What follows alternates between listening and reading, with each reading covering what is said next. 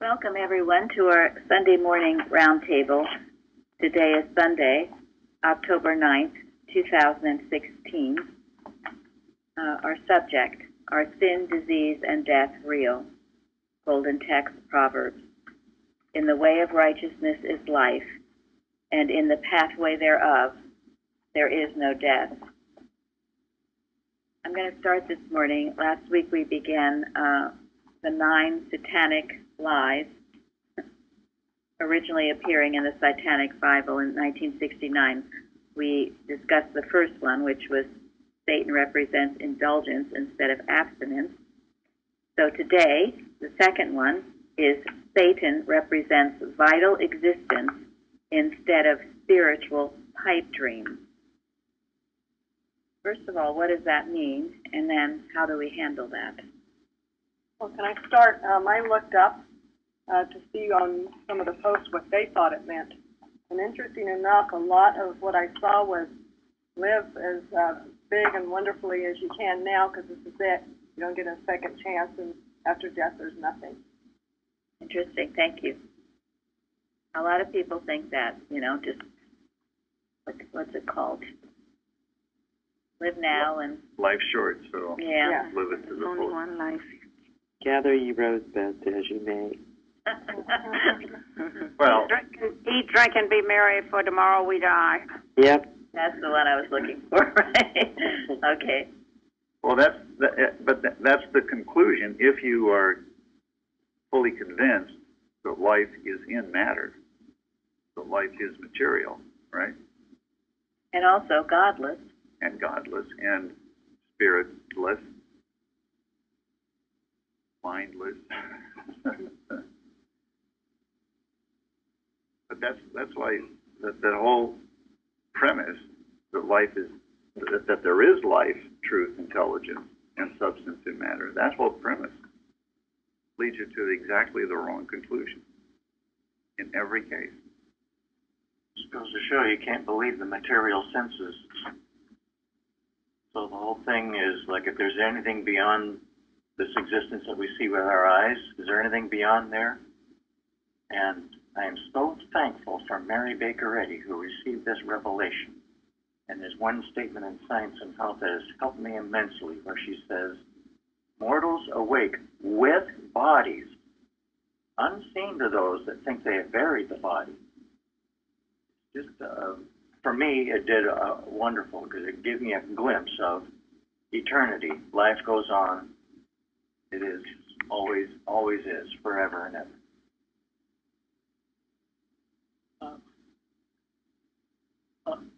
Also, the one that have kept a lot of people in bondage, some churches, especially the Catholic and some of the churches also use to hold their members in bondage, and the one, the punishment of hellfire and everlasting hellfire with the devil or Satan, whatever the name may be. For me, I actually used to believe in that, and I struggle with that, like, try to do everything I can, and I still do, so that I'll never be part of that, because the way they describe it to scare you, you just have to fight to not be part of it. But coming to this church, the teaching, I think it's one of the first things that I learned here, the true meaning of good, and the heaven and the eternity, the way we say describe them in Science and Health and everything, and the way it was taught here to me. It gave me peace of mind, really, really good peace of mind. The fear that I was having as a child, really, growing up in a Sunday school where those things were taught, and we, including myself, we've been held in bondage with this belief. And I know there are many millions of people out there who haven't found the light like I did, and they are struggling with this belief that in any little mistake, they will end up in this everlasting doom. But that's not the case, according to Mrs. Sadie, because you can still end up in doom even in real life here if you are doing wrong. There's no doubt about that. But heaven cannot be taken away from us because my learning here is my everlasting heritage. And also, as long as I continue to do good, I will experience that heaven here on earth. I don't have to die to experience it. And if I'm doing evil, I will also experience hell right here on earth without even having to. Right, that's thank God for Mrs. Eddy and her explanation. I'm not sure the Satanists even believe in hell. I don't know. Sounds like they have. I don't think so. But I do remember as a child there was nothing so depressing as someone telling me, well, what does anything matter because you're going to die anyway? That awful sense that nothing matters here or anywhere. And of course, in science, we learn that everything matters, everything, and our day-to-day life matters. So what does vital existence instead of spiritual pipe dreams? What is that trying to sell?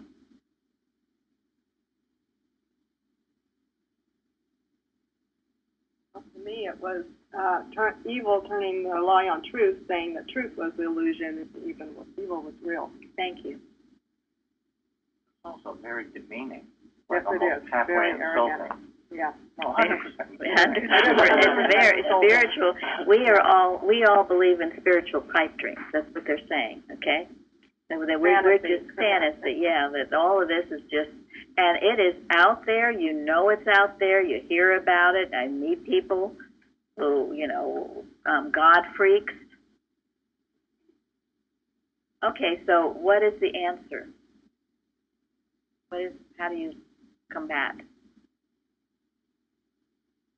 Spirit is the only life, really. Pardon me, Florence? I said spirit is the only real life. Yes. You can't find it anywhere else. You might try or think that, you're having a good time here, so that's life, really. But that rather is the dream. That's right. Darty? Well, I had a brain match. Spirit is the only vital being absolutely necessary or essential. Spirit is the only vital or essential reality. Spirituality is the only. Could you all hear that? Yeah. Yeah, let's turn the tables here. Spiritual reality is vital. God is vital. There's a reason why we read the scientific statement of being every Sunday at the end of each service.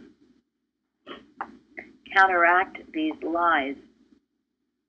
And we must do it because it would be a silent influence if we don't, which is why we're going to take it up.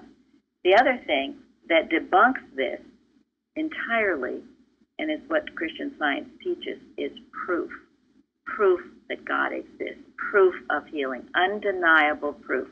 So now, I want Florence to tell us about what you sent me. I guess it was on the news. Oh yes, it was one of the conclusions of CBS News one day. The date was not on the video, but it's about forgiveness, really. It's a powerful lesson on forgiveness. It happened in 2005 where a young officer, with the intent of arresting someone that day, arrested a man, accused him of dealing drugs and arrested him, and he was sent to jail for 4 years. Now, this imprisonment is all based on his falsifying information. So the guy is in prison for 4 years, and he's going about his business. And what happened was that this police officer, because of continuing to do so, was caught falsifying police reports, stealing, and was imprisoned too for 1.5 years. Now, they both come from a small town called Benton Harbor in Michigan, and they ended up working in this in a cafe together. It's coincidence. Well, coincidence. God's way, who knows. Anyway, they were working there, and the young officer felt compelled to say he's sorry to the gentleman that he had in prison for 4 years. And when he did so, really sad about what had happened, the ex-prisoner said that's all he wanted to hear. Whilst in prison, he was thinking, when I come out, I'm going to find this guy and I'm going to do something to him. But that didn't happen. And when the confession came and he repented and all that, he did forgive him. They became friends. And the ex-prisoner actually told this young officer that he loved him. They have since become good friends, and they do a lot of things together, and they go about, in churches it looked like, telling about forgiveness, putting away everything and really forgiving. But what the gentleman said about why he forgave is powerful. He said that it is because of his Christian faith that he's been able to forgive this man, and that he is forgiving him not because of them, the two of them, but for what mankind needs, that mankind needs this kind of kindness. I thought that was very powerful. And by the way, it was a black man that was put in jail by the white officer. So, not that. If anyone wants to see it, I'm sure Florence would send it to you. But it was I can send. A wonderful story. And this black guy, he was just walking down the street, minding his own business. He was a Christian, and he, because of this bad cop, which he was a bad cop, and there are bad cops. The majority of them are good, but there are some bad, and fortunately that gives cops a bad name. But anyway, he did this really awful, awful thing. Send somebody to prison for 4 years, just unbelievable. And it would be very easy not to forgive. But because he was a Christian and a practicing Christian, he did. And I think this place where they were working together was it was a faith-based. It's a faith-based organization that had a cafe, and they both ended up working there. And just amazing how things happen. But now, and the reason I'm bringing that up is because this is an answer to the fact that we're having spiritual pipe dreams. Love heals. Forgiveness heals. The teaching of Christ heals. We're not having spiritual pipe dreams, and that is a beautiful example of it. Thank you, Florence, so very much for finding it. And now the other thing that was sent to me this week, you can find it yourself on the internet. BBC Religion and Ethics did a prayer meeting, really bring down the Berlin Wall and end the Cold War. I want Gary to read. It's somewhat long, but it's not that long, and it's extremely important. Another piece of news I never heard. Okay, this is the article. The date, November 9, 1989, is etched in history as the day the Berlin Wall came down. But was it actually a prayer meeting held exactly 1 month earlier that made the fall of the wall inevitable? Ignoring death threats and huge banks of armed police, thousands gathered at St. Nicholas Church in the East German city of Leipzig on October 9th to pray for peace. The congregation then joined an estimated crowd of 70,000 on a protest march against the country's communist regime. It was the largest impromptu demonstration ever witnessed in East Germany. But this was no spontaneous flash mob. It was the culmination of years of weekly prayer meetings organized by Christian Führer, the pastor of St. Nicholas. So how did the church end up playing such a prominent political role under an atheist regime? Disillusioned with the Berlin Wall, the physical fault line of the ongoing Cold War, and the repressive East German regime, Pastor Fuhrer began organizing prayers for peace every Monday evening, beginning in 1982. On many occasions, fewer than a dozen people attended the prayer meetings. The East German government strongly discouraged its citizens from becoming involved in religious activities, but the meetings continued each Monday without fail. In 1985, Pastor Fuhrer put an open to all sign outside the church. Such a gesture was loaded with symbolism, as the church provided the only space in East Germany where people could talk about things that could not be discussed in public. Meetings were open to everyone. Young people, Christians, and atheists all sought refuge there. Attendances soared as word of the peace prayers spread. Momentum began to build in earnest during the summer of 1989, as Pastor Fuhrer recalled in an interview with the BBC World Service program, Heart and Soul, in 2009. On May 8, 1989, the authorities barricaded the streets leading to the church, hoping to put people off. But it had the opposite effect, and our congregation grew. There were beatings and arrests of demonstrators at protest rallies in Leipzig, Berlin, and Dresden, he said. By this time, the prayer meetings had led to a series of peaceful political protests in Leipzig and other cities, which became known as the Monday demonstrations.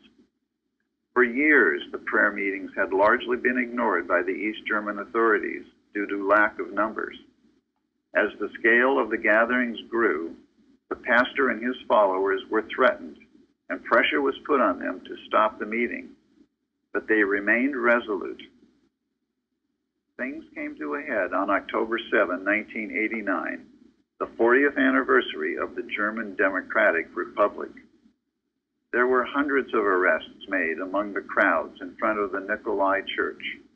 Erich Honecker, the communist leader of East Germany, had declared that the church should be closed.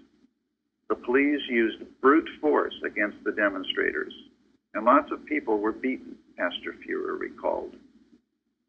An article appeared in a local newspaper announcing that the counter-revolution would be put down on Monday, October 9, with whatever means necessary. People involved in the meetings feared a bloodbath, with the memory of the Tiananmen Square massacre in China that summer still fresh. The church was visited by doctors who told us that hospital rooms have been made available for patients with bullet wounds. So we were absolutely terrified of what might happen, Pastor Fuhrer said. On October 9, 1989, as Leipzigers returned home from work, they saw the city fill with soldiers and police, increasing the sense of foreboding.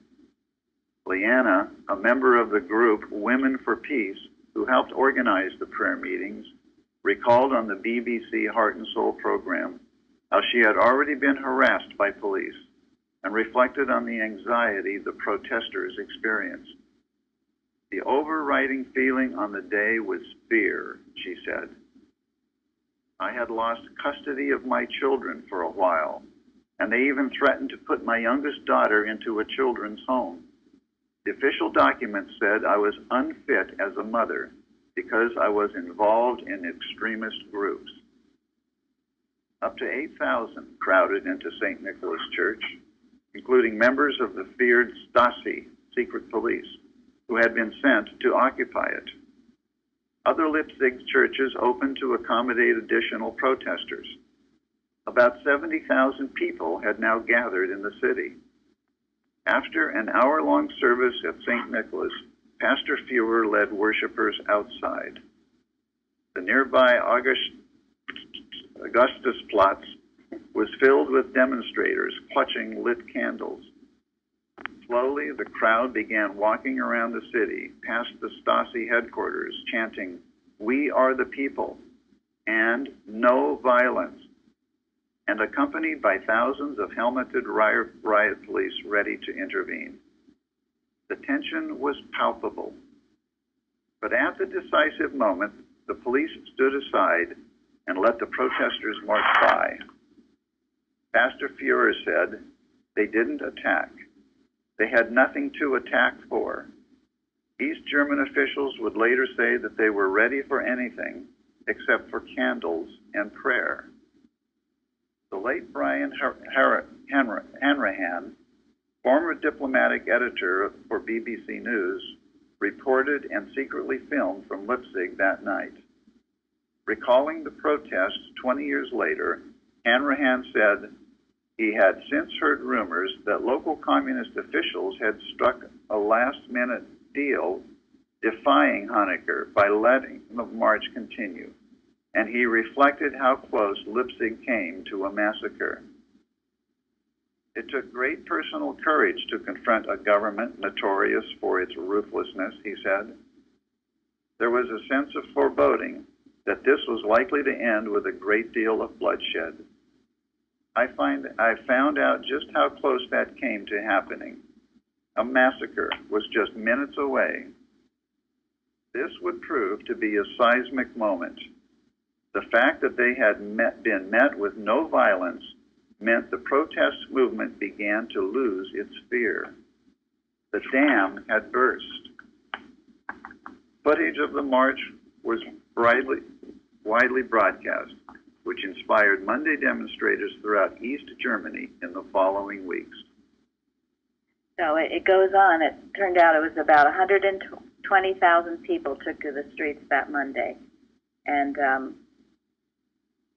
the descendants became increasingly emboldened, with then around 300,000 on October 23rd.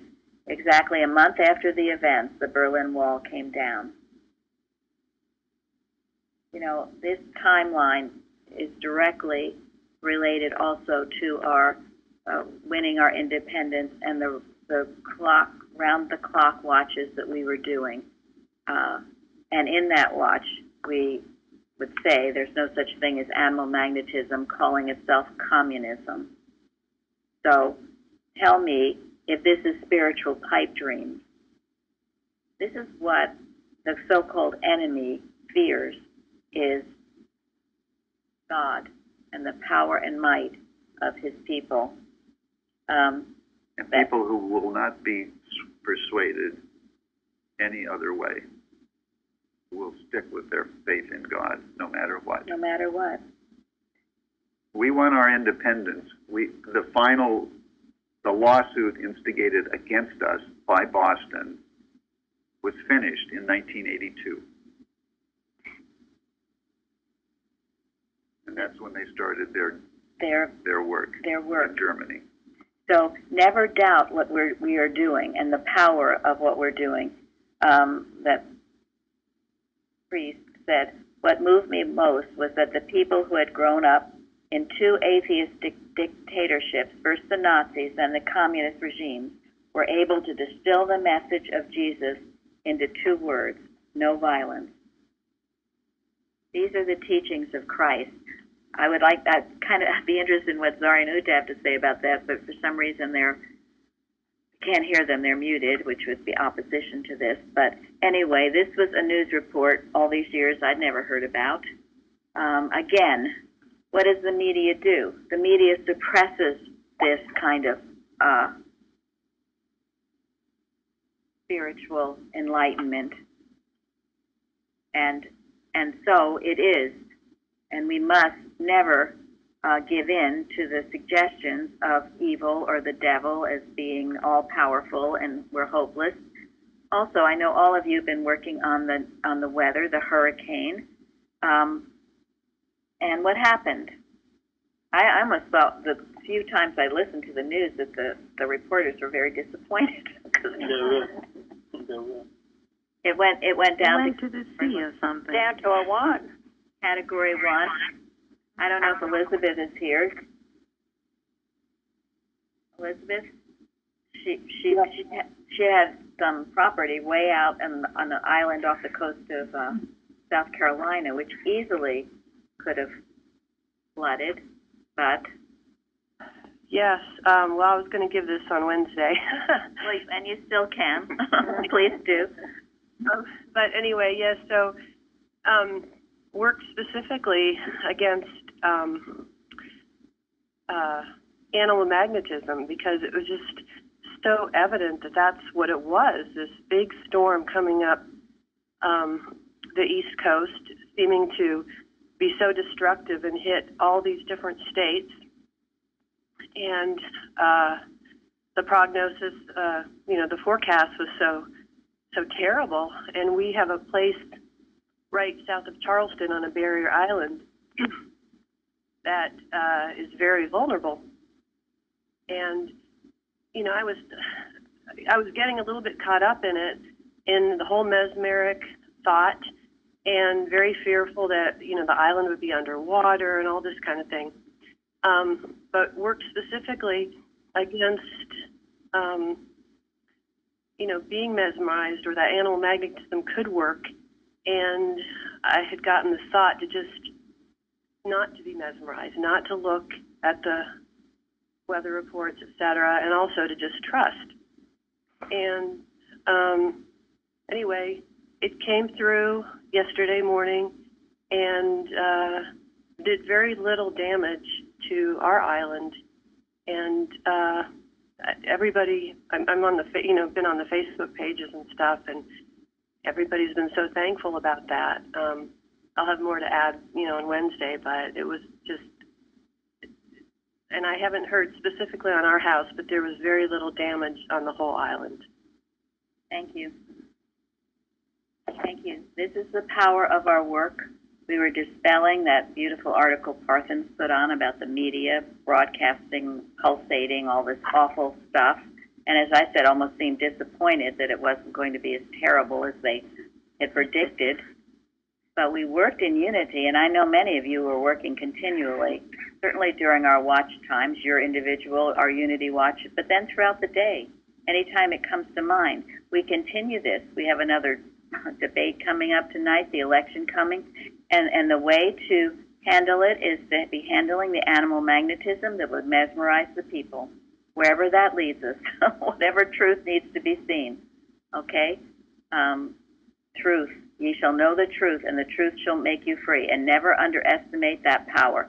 So, do not tell any of us here that this is what? Spiritual? Pipe dream. Pipe dream. And now we're going to rip apart our sin, disease, and death real. Okay, so thank you all. Sorry, recall, but I still can't hear you, so. Now, there was something that in this article that Gary just read where they wanted to accuse the mother because she was part of an extremist group. Christian faith people are extremists. Talk about reversing the truth of the matter.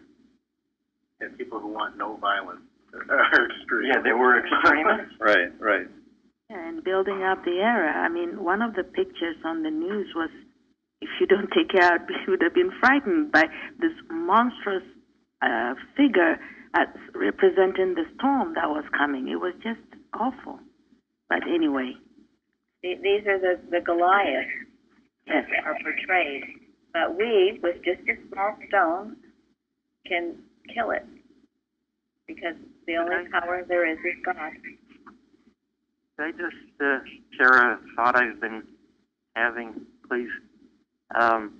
It puts together the past and the future, because Mrs. Eddy had set up the board of lectureship, and one thing that I was thinking would be how beautiful if Plainfield grew to the point where it could have a board of lectureship, and when these situations arise, like in South Carolina or Baltimore or wherever, where there's a riot, if a lecturer could go there and present the whole Christian Science truth in a form of a lecture.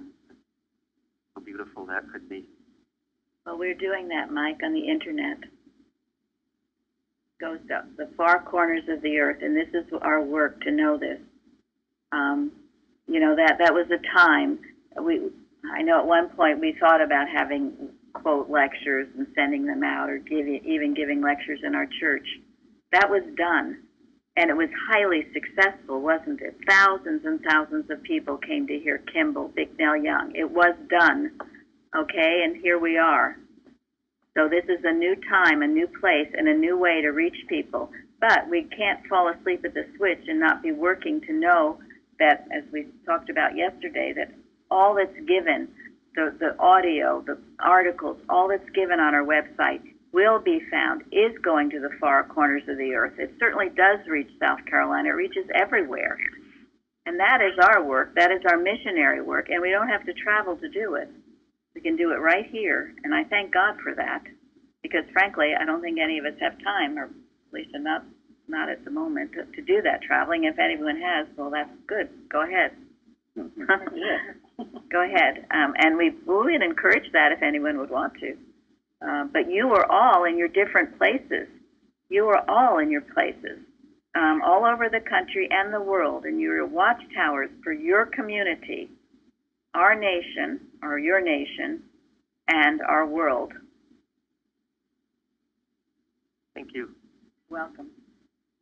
Okay, Science and Health number 1. Shardy. And speak as loud as you can. Okay. Number 1.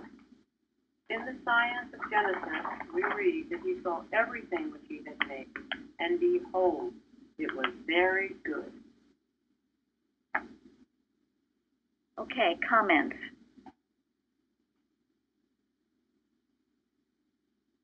He didn't make anything that's not good, period. Period. Okay, allergies, ticks, mosquitoes, germs. Who was telling me? Someone recently was telling me people are so afraid of all these things. They're so afraid of all these things. This debunks that. We need to know it, and know it for ourselves, our families, our homes, everything. And wipe out that belief that God made things that aren't good and that will hurt you. I think this is... Yeah, please.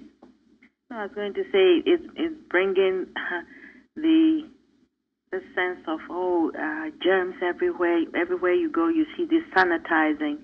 Lotions and stuff. I mean, they're making a lot of money from that, that's for sure. People carry them in their purses. You see them in public places everywhere, you know. Everywhere. So, How mesmerizing. Yes. The thing that's hurtful is the fear of them. Yeah. Because these things would do nothing unless the door was opened by fear to allow fear and whatever it wants to do. Otherwise, nothing will happen. I remember my incident with the yellow jacket. This was this massive yellow jacket. I wasn't fearful. I just shook it off, and it didn't do anything. But if I had seen it, I mean, I can tell you countless of other experiences where I feared them and got bit by them. Yeah. You watch the fear, and, you know, Mrs.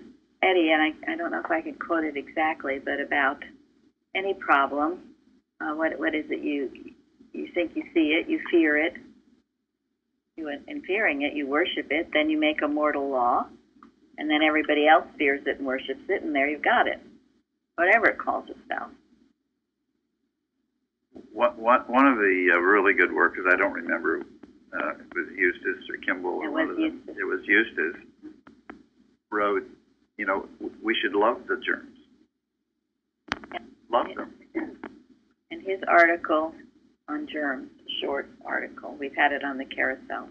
I think he went on to say, and there's only one big germ. Right. Yeah. Yeah. He puts an end to it. I love it. I do love too. the way he addresses it. Because love is always the answer. You can't be afraid of it if you're loving it. And if God created it, everything has to have some good purpose. Useful, harmless, indestructible, Mrs. Eddy says. Useful, harmless, indestructible. All of God's creation. You love the germs, they won't harm you. You love your neighbor can't harm you. Exactly. I remember once, and I think I gave this as a testimony. Gary and I were in an airplane, and it was probably the winter. Everybody was sneezing and coughing and carrying on, and my first thought was, oh, brother. But I thought, no. What am I thinking? I'm going to love all these people. I'm going to love them and love the germs, love everybody. And, all the coughing and sneezing stopped, and, of course, it never touched anyone. But that's what you do. You don't sit there, oh, geez, because I've heard people say you're trapped in this little thing and all these germs are flying. Well, goodness, what kind of thought is that? And where is your science? Love. Love. How do you think Jesus healed the lepers? Was he afraid of them? No. It was his compassion and his love. If you love the germs, you leave them free to fulfill their useful purpose, the thing that they're originally designed to do. Yes. True of everything. And if there is anything that should be, that has seeming to have no worth at all, well, that all it can do is destroy itself. It's interesting he uses the word cleanse when he says cleanse the lepers. Isn't it? It was interesting. Our next Liberator is going to be Holy Days. And then in January, I think we're going to do one on Eustace. But then this morning, I got the thought that the next several will be, first one, heal the sick. Second, cleanse the lepers. Third, raise the dead. Fourth, cast out devils. Fifth, freely ye have received, freely give. So you could all be thinking of that. And then I turned to the forum, and what did Linda wrote about? You want to read that on your forum? Yeah.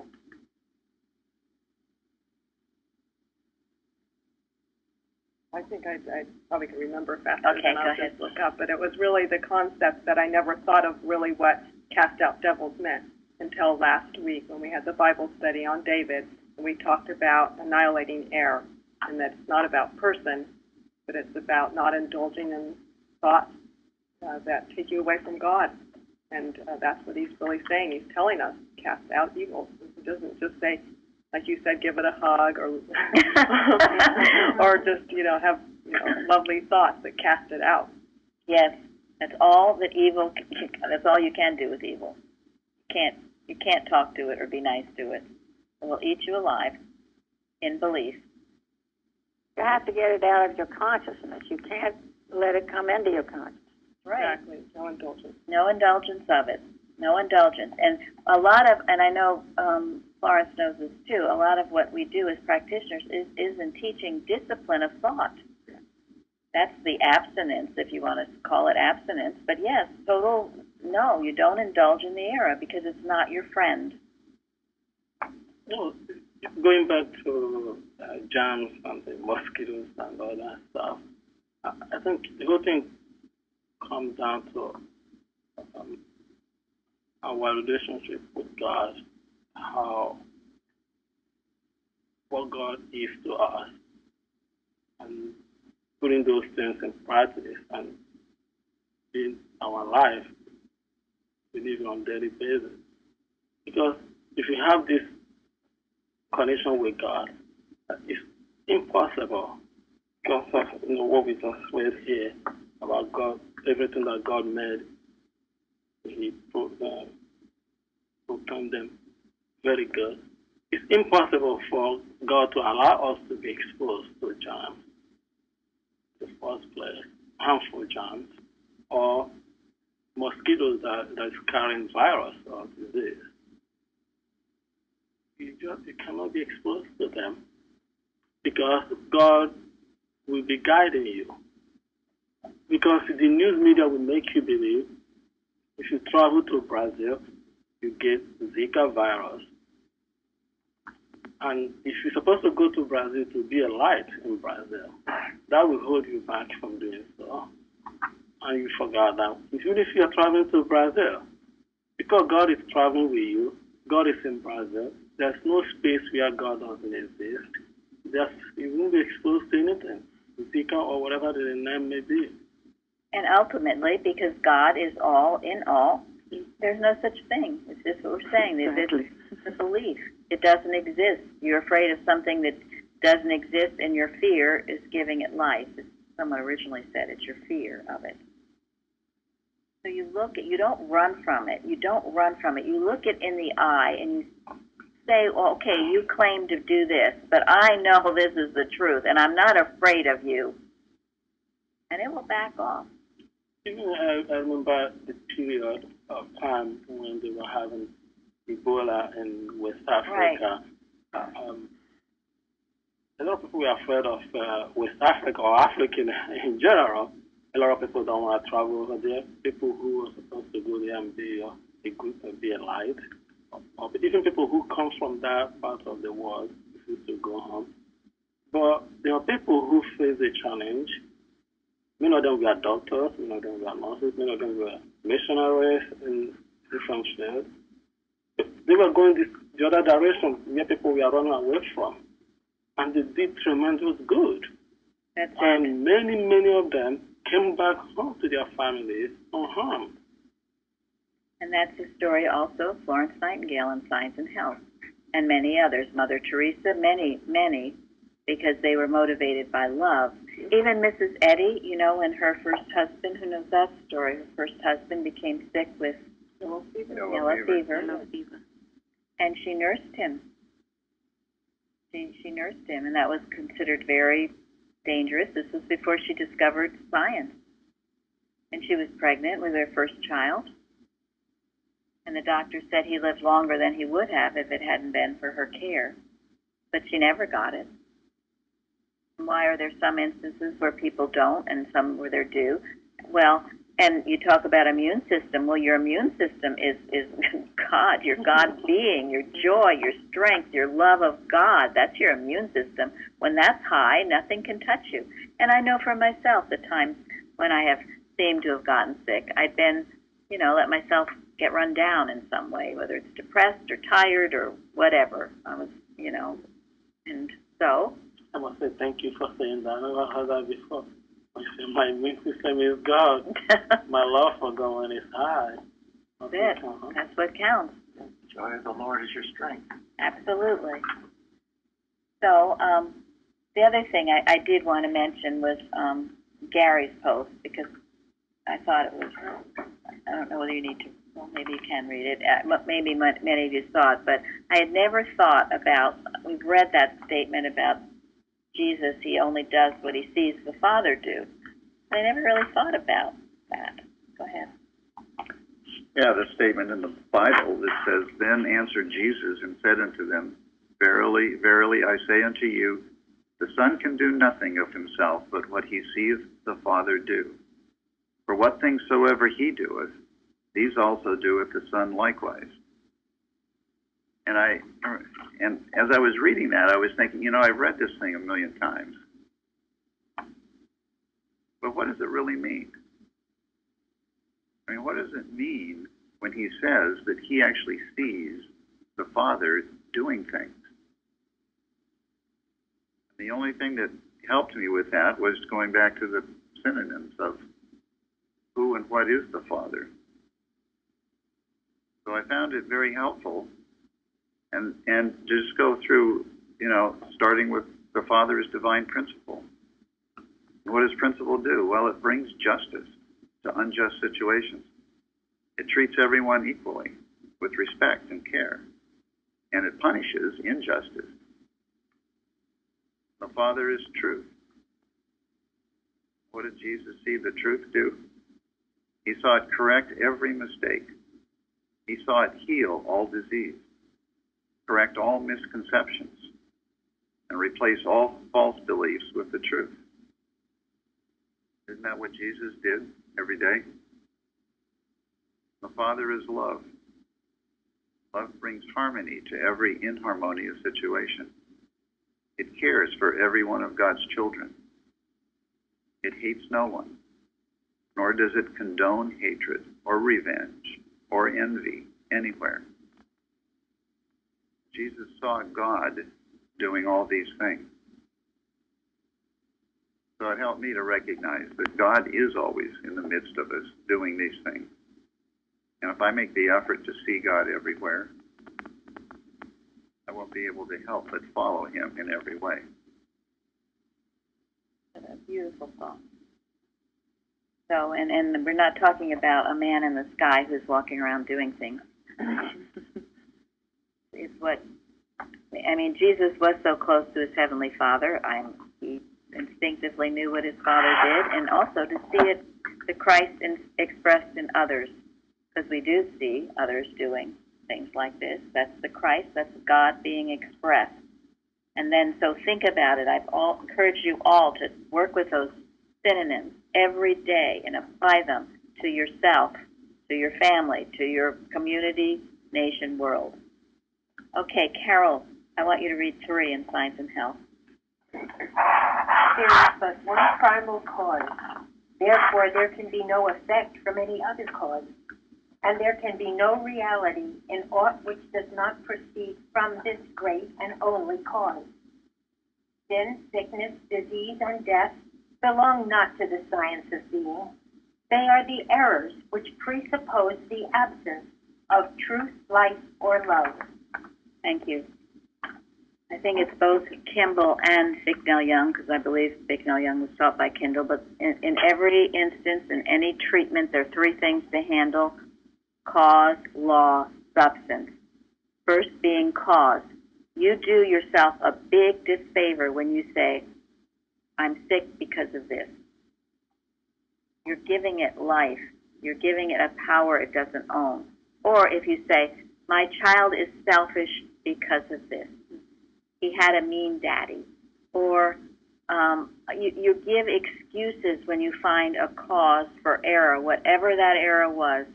I was so shocked when Mrs. Evans kind of explained this to me because, boy, had I been excusing error. I found a cause for everything. That's why I was sick and miserable all the time. There was a reason for it, for heaven's sakes. If you give it a reason, you're going to have it. So what's the truth? What's the truth that you're sick because you spent 5 hours shoveling? What a lie. What a lie. Matter is incapable of causing anything. Can make no conditions for man, Mrs. Eddy says. Whatever is your duty to do, you can do without harm to yourself. But, as you go about your day, you need to be knowing these things. And I mean, Benjamin's example, if you have to go to Brazil, you do your prayerful mental work about it. You don't just waltz in there and say, I'm a Christian Scientist and everything's hokey-pokey. That's silliness. There's a belief out there, you handle it. And if you know God's sending me there, I have a divine mission, God protects me, and this is the truth for me and for everyone else there. But this is also why, everything you do has to be God-directed, because some of these people, I know of missionaries who went and got sick. I mean, maybe it was not their duty to go. So it's... Or they had no conception of handling the animal magnet that needs to be handled if you're going to do that kind of work. You don't waltz into situations and just say, oh, everything's great. That is the, what's it called, spiritual... Pipe dream? Pipe dream. You're having a pipe dream with that one. Or even your motive, too.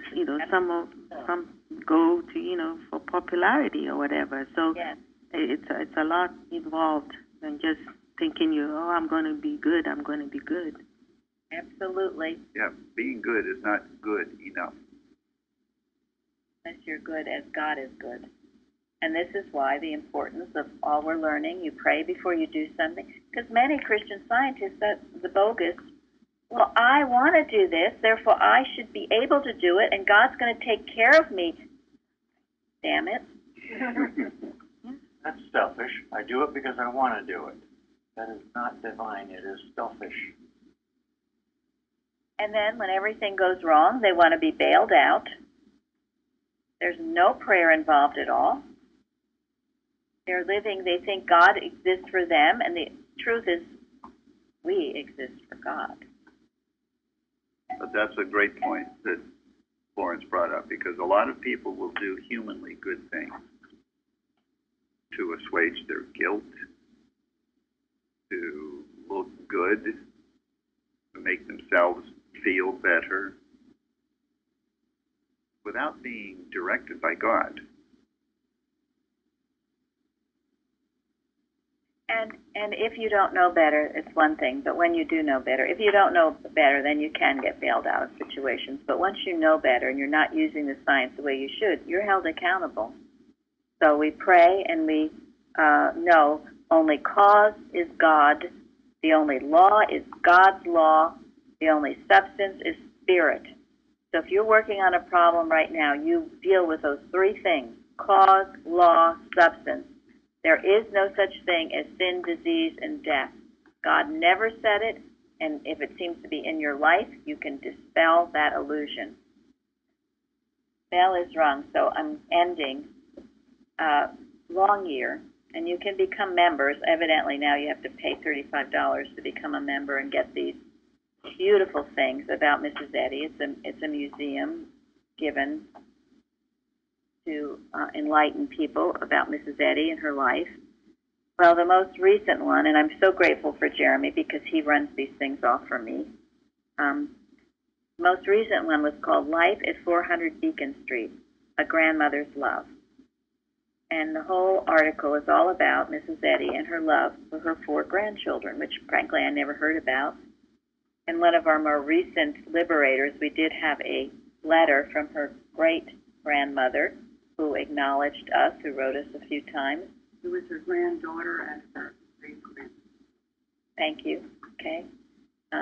So we did hear from them at one time. We haven't recently, I must say. But anyway, you never hear anything about them. So they grew up, as most of you do know this, in South Dakota. And she visited, or they came and visited her, and she loved them much. It said that she wrote a poem, including these lines. My heart is touched with a hand unseen. My soul is stirred by a blazing beam. What joy, what bliss can come to me beyond the joy of seeing thee, O darling grandson. Now, this is after the visit, many years later, and this was a visit, George and Andrew were her 2 grandsons they visited. So anyway, many years later, while conducting research on the Glover family, biographer Jules Spangler Smoss, author of Mary Baker Eddy, The Golden Days, made several trips to see Mrs. Eddy's grandson, George, then in his 80s and living at the old family cabin in South Dakota's Black Hills. At one point, she asked him about that visit with his grandmother back in 1910. As George recounted the experience for me, it was evident that he was quietly reliving the visit and had done so many times, Mrs. Moss would write. But he had little else to say about it, so I pressed him a bit, hoping that he might reveal more. If you didn't say much, George, I said, then what were you thinking? As he sat there for a moment, just remembering, the sun glinted through the window on his white hair and seemed to light up his face. I saw that his blue eyes had filled with tears. There was another moment of silence. Then Mrs. Eddy's grandson replied quietly, "Why, I thought she loved me." Thought that was so beautiful. That is what he got, visit with Mary Baker Eddy. And she loved her family, her grandchildren dearly. She wasn't able to see them often. But quite a beautiful story. It touched me deeply. And the end of this lesson, are sin, disease, and death real? No, they're not, because God is a God of love. He never created such a thing. We will go ahead now and have a powerful service, and I thank you all for joining us today. Thank you. Thank you. Thank you. Thank you.